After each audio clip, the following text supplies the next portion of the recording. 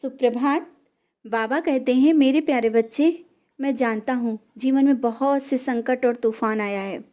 जीवन की नैया तुम्हें मझधार में लग रही है। तुम चिंता क्यों करते हो? पतवार मेरे हाथों में है, जैसा आया है वैसा ही चला जाएगा।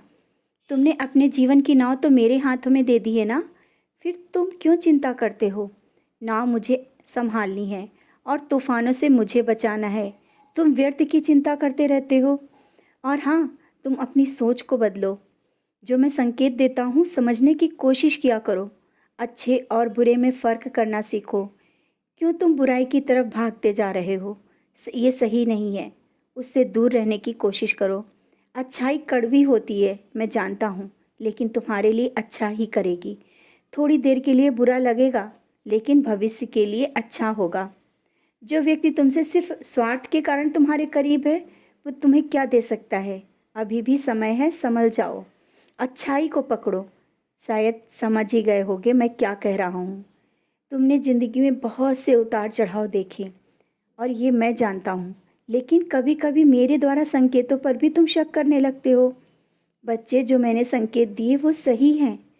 शायद कुछ संकेतों को तुम समझ नहीं पा रहे हो। किसी के माध्यम से मैं समझा दूंगा। और जब तुम ज़्यादा बेचैन हो, कोई रास्ता ना दिखे, सिर्फ मेरे पास बैठना और ध्यान लगाने की कोशिश करना। मैं तुम्हारे विचारों को अच्छा और मन को शांत कर दूंगा और वो रास्ता भी दूंगा जिसके बारे में इतना सोच रहे हो। जब तुम मेरे पास बैठो तो आंखें बंद करके मुझे याद करो। ध्यान की अवस्था में जाने की कोशिश करो।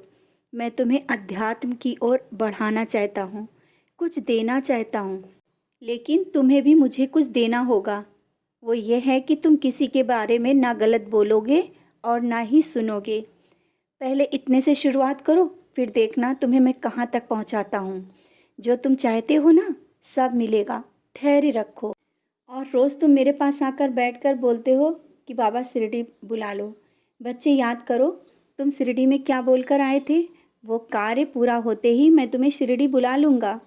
तुमने जो मुझसे बोला था ना, बाबा ये मेरा काम हो जाए, अभी तक हुआ नहीं है ना।